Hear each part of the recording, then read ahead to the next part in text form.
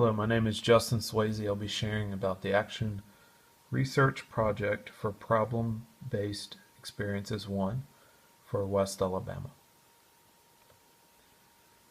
First of all, we need to identify the problem. When we look at the Aspire scores for Headland Middle School, we see that the 8th grade is the weakest overall.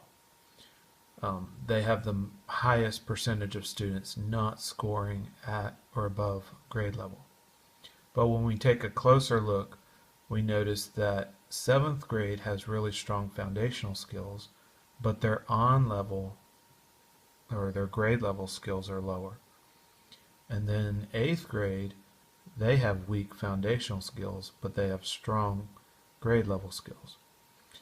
So we've decided to design a program to work on those 8th grade foundational skills, which are basically 7th grade on-level skills. We think that's where we can show the most improvement.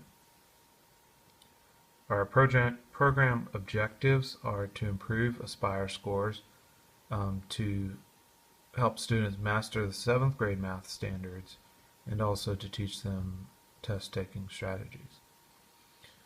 Expected outcome, we hope to help students who score close but below grade level in 7th grade to score above grade level in 8th grade on the Aspire test.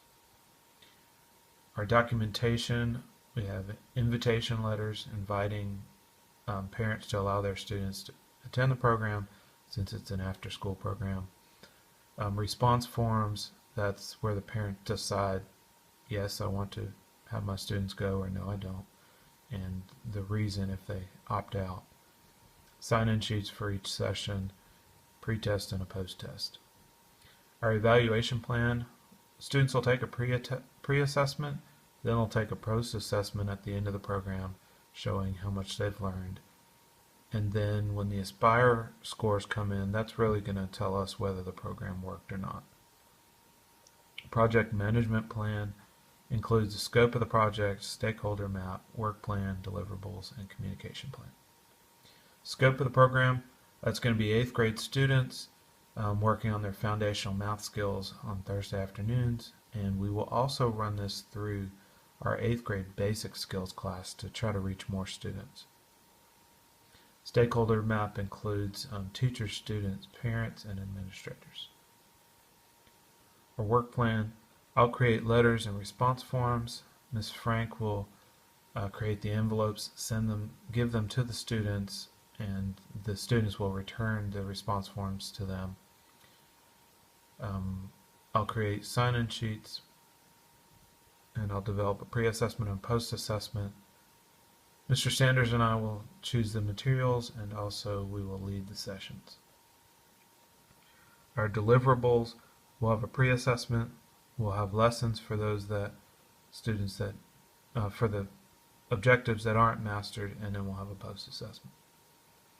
Communication plan, we'll send invitation letters out, they'll send the response forms back, we'll follow up with emails for any students that don't show up to the program if they did decide that they wanted to be a part of it.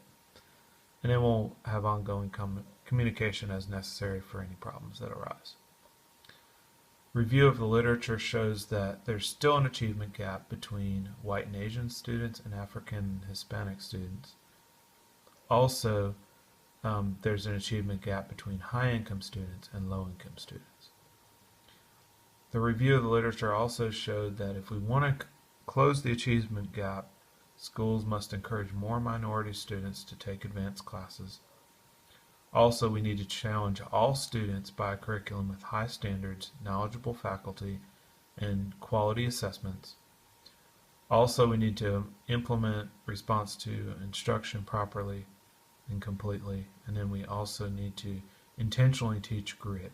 We need to teach students to persevere so that they can persevere through tough tests, but also be able to finish high school. And those are our references. Thank you for joining me.